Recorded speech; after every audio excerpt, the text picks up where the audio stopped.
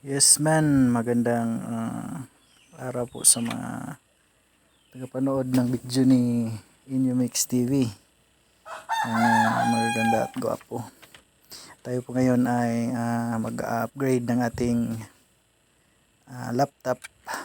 Palitan lang po natin ng memory ito. Gaya nito, full RAM na 512 gig. Kasi napakahina na nitong laptop. Ang laptop po ay 2014 model pa siya. Sobrang mahina na at yung hard disk niya is almost full memory na. Kaya ating papalitan ngayon ng SSD. Yung mga bago na memory. Yung meaning ng SSD is solid state drive. Yun ang mga latest ngayon na memory pang laptop. Kaya guys, ating i-testing po ito. Ang laptop nito ay isang Lenovo G40 2014 model. Pagkatagal na, almost 11 years, pero gumagana pa din. Kaya lang mahina na siya, sobrang loading. Kaya ating palitan ng memory. Dalawang memory ang ipapalit nito. Yung isa yung 8 gig, yung sa RAM niya, at i-reprogram natin to. Pero hindi ko na ipapakita sa inyo ang pag-reprogram na ito kasi matagal po siya. Sobrang haba na po nito ng video pag papakita ko po na mag-reprogram. At salamat sa mga supporters ni Inumix dyan, sa lahat ng mga kaibigan, subscribers. Salamat po sa inyong like, share, and comments po sa mga videos ni Inumix TV. At yun, yung laptop natin, nag-try ako mag timer niya ng tagal. Nasa mga 3 to 5 minutes bago siya ma-open. So ang tagal. So ngayon ating titingnan kapag na anong tawag nito, na ipasok na yung SSD, yung bagong memory. Tingnan natin kung matagal pa ba ito ma-open. Kapag matagal siyang open, syempre matagal din siya i-close kasi full memory na siya. Malapit na siyang ma-full kasi yung laptop nito, ang daming files. Ang daming files niya sa mga business at sa madaming music. Yung video, medyo wala na tong mga videos na mga movie kasi i-delete ko na. Pero napakahina pa rin. Kaya ito, buksan natin, tingnan natin yung loob niya. Nandun ba ang memory na papalitan natin.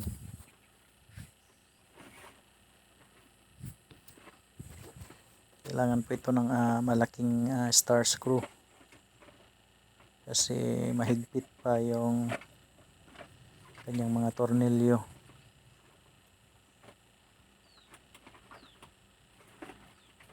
Ayan, ito may malaki ng star screw. Kaya na siyang buksan.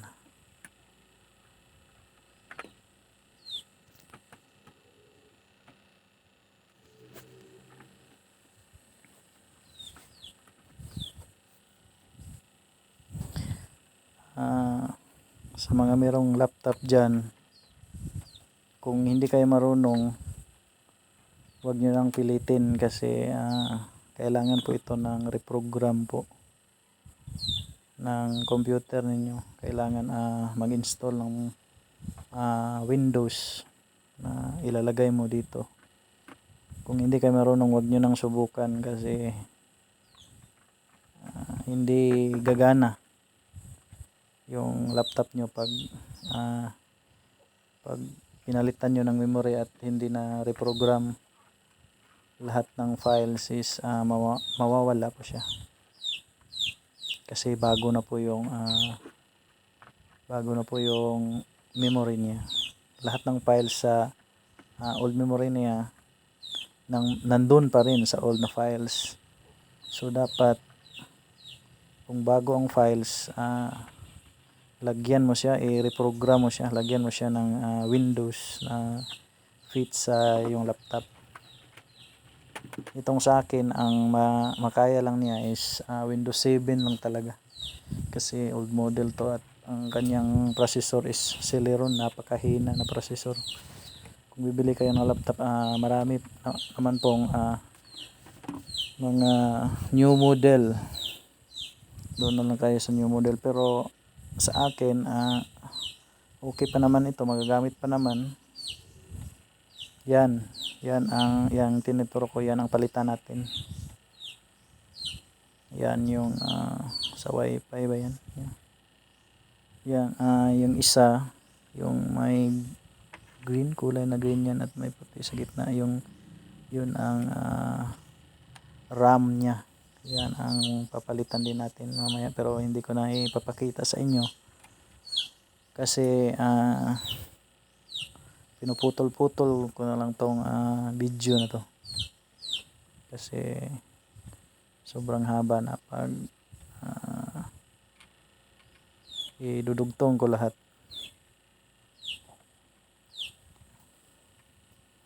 Yan yung may yellow, yan yung battery niya.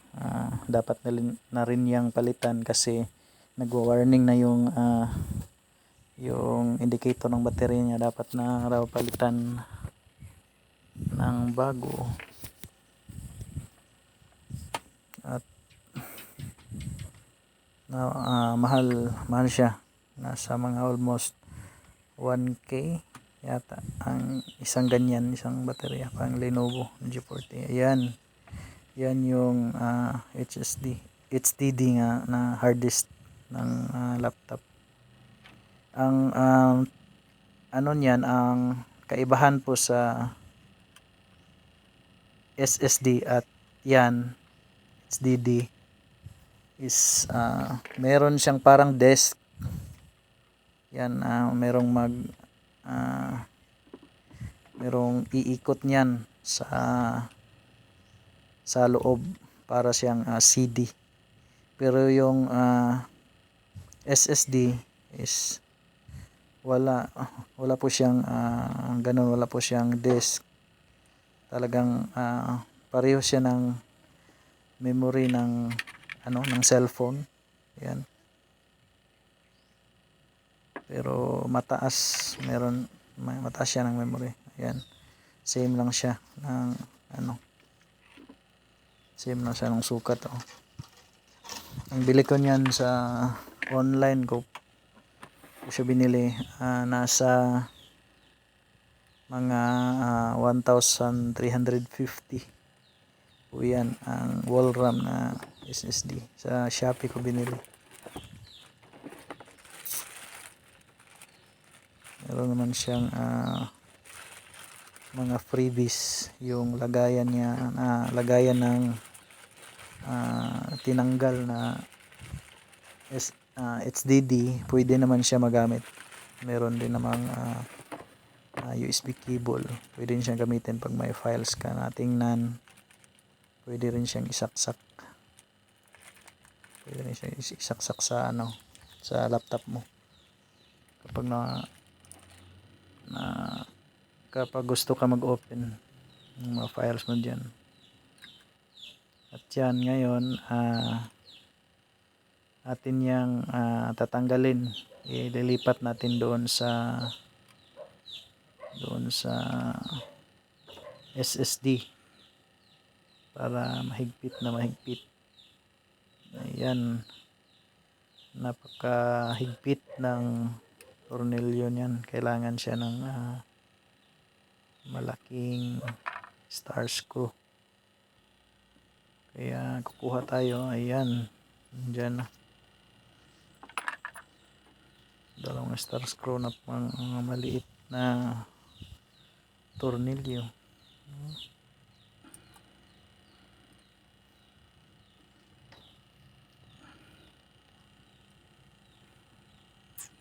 Itong ang ginawa ko po ito, DIY lang po ito.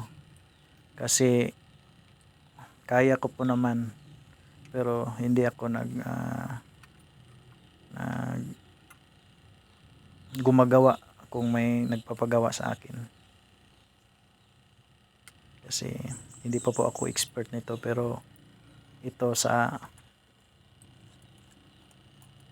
sa laptop ko, kung may mangyari man sa kanya, okay lang sa akin.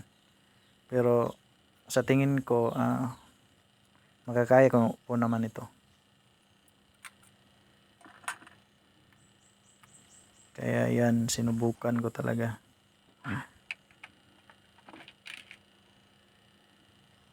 Ayan, kakabit yan siya dyan. Para ilalagay din siya doon sa lagayan niya.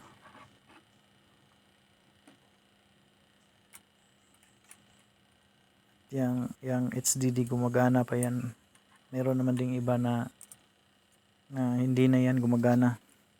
Yung ibang laptop na namamatay na, huwag nyong itapon kasi posibleng sira niyan is yung memory niya. Yung memory niya, yung RAM niya, posibleng yan ang sira lang yan. Pwede man yan palitan. Yung iba yung mga maraming pera, itatapon na lang nila, pero ano yung tawag nila, mapakikinabangan pa yan kung marunong ka lang. Yan yung sa kabila naman, tatanggalin natin at ilagay doon sa bagong SSD natin.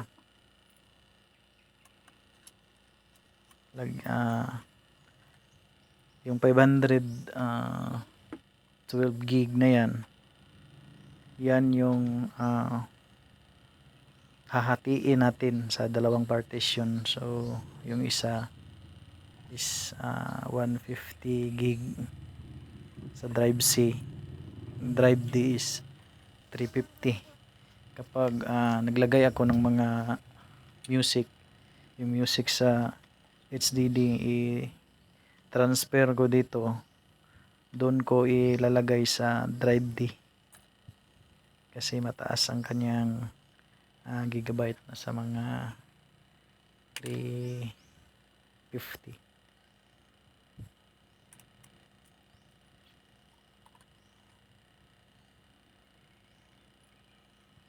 Ayan, matatapos na rin yan.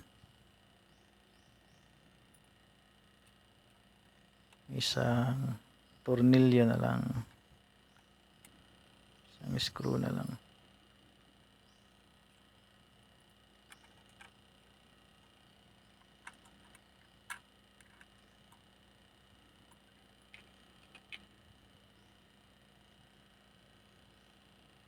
Wall RAM, HDD, SSD.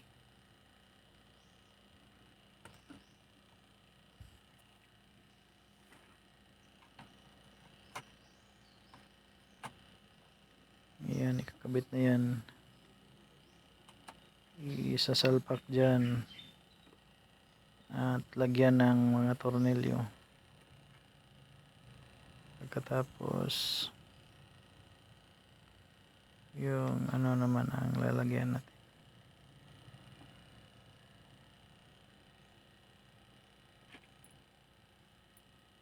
yung RAM. Papalitan natin ng 8 GB kasi ang RAM na yan, ang memory na yan is 2 GB lang, kaya kung gagamitin natin, kung mag YT tayo, mahina pa rin, dapat mataas ang gig. Kung pang type lang, yung pang office, okay lang yan, yung 2 GB. Pero sa atin, gagamitin po siya natin pang YouTube, double purpose na sa iba rin, sa files din sa mga business.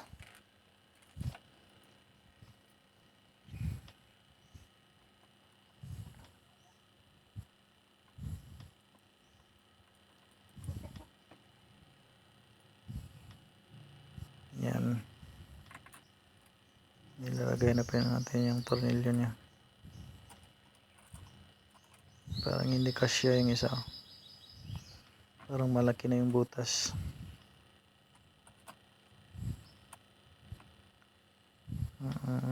Slob na siya.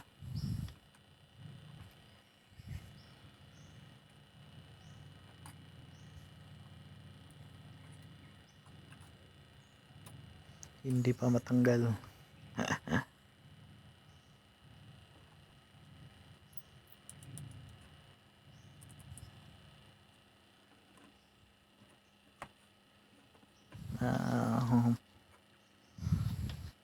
Parang okay lang yan, kahit dalawa lang yung tornilyo or tatlo, okay lang yan. Hindi na lahatin, hindi na yan mahulog, hindi na yan matatanggal kasi meron ng tornilyo.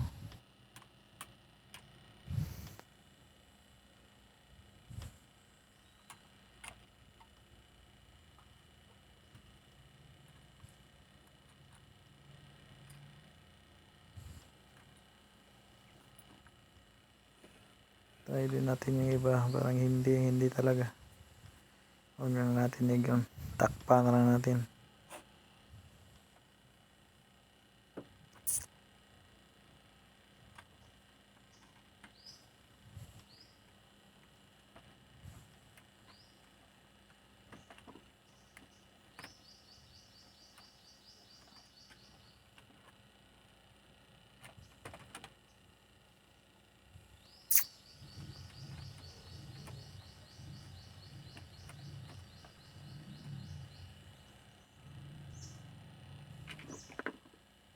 Yan, so, balik na natin yung tornilyo.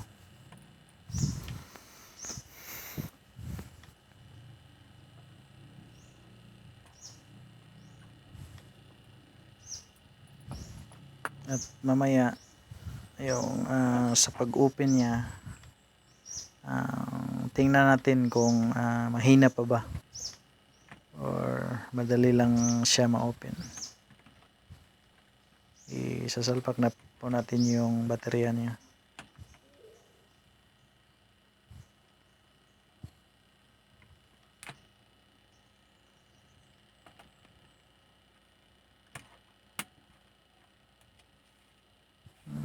Soon mapapalitan pa yan natin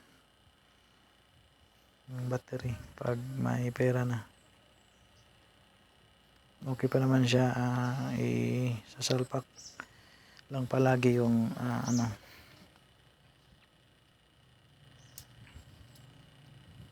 yan, try natin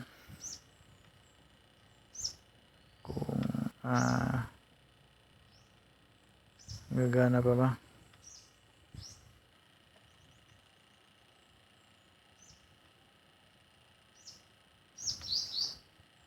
Ito yan, SSD SATA solid state drive,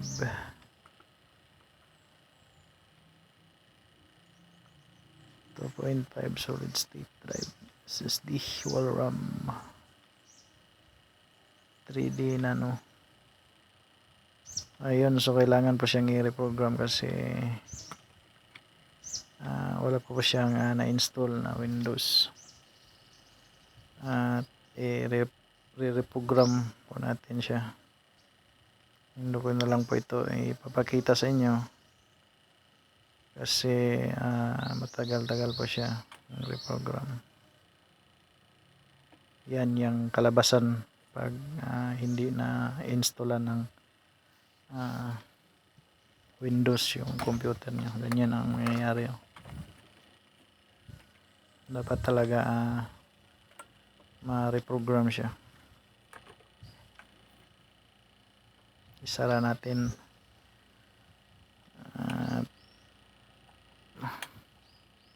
i-reprogram na.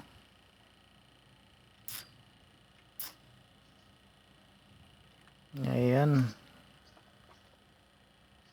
Try natin yan i-open. Tapos na tayo reprogram. Tingnan natin kung okay na ba siya. Starting Windows na.